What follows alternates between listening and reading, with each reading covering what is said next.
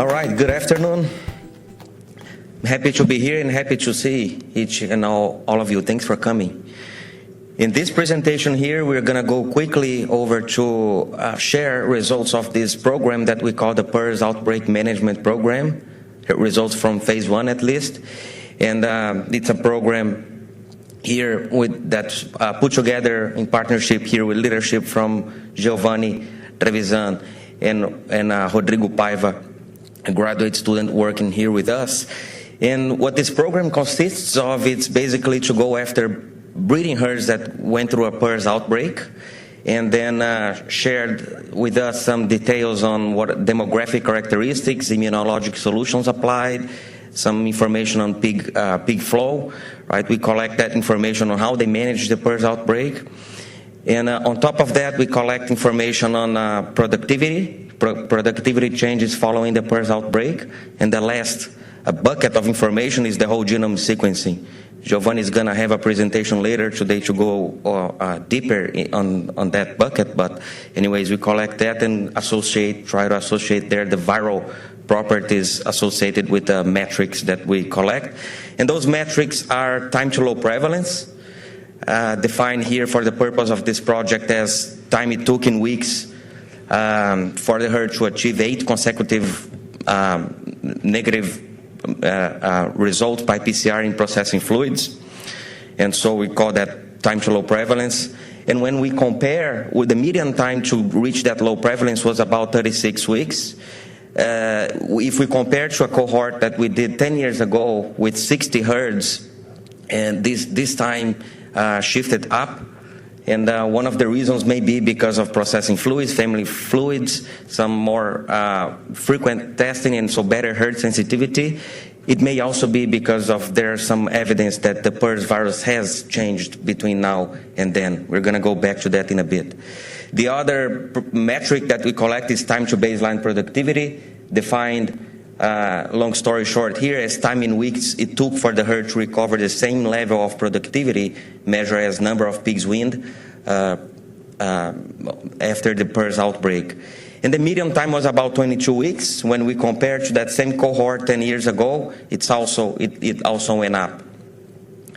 And for this particular metric, we gotta say that it's using exactly the same algorithm, the same method to compare those two metrics. And the final one was total loss per 1,000 sows, which is, as the name suggests, how many piglets you wean below expected between the outbreak and then when you reach baseline productivity. So it's a measure of numbers of pigs lost, and we normalize by 1,000 sows to be able to compare across herds. And back then it was 2,700, and for this more recent cohort, 4,100 pigs not weaned. So evidence that the herds are taking longer than before, and the more severity, right, in terms of piglets not weaned. Why is that? Some couple of slides here to share some of the factors associated with those with those metrics. Factors associated with better, the protective risk factors, right? So associated with quicker time to low prevalence and lesser production impact were prior immunity. The herd that broke, that had some prior immunity, either vaccine derived or it was stable through a wild type exposure before, those had better outcomes. Herd closure continues to be a protective risk factor. We've seen that over the years in several different studies. The herds that do interrupt gilt introduction, they have a much higher success rate to achieve stability within the first year. Reporting seeking elimination, of course, those herds that target elimination, they get to elimination more than those that target only control or live with the low prevalence virus.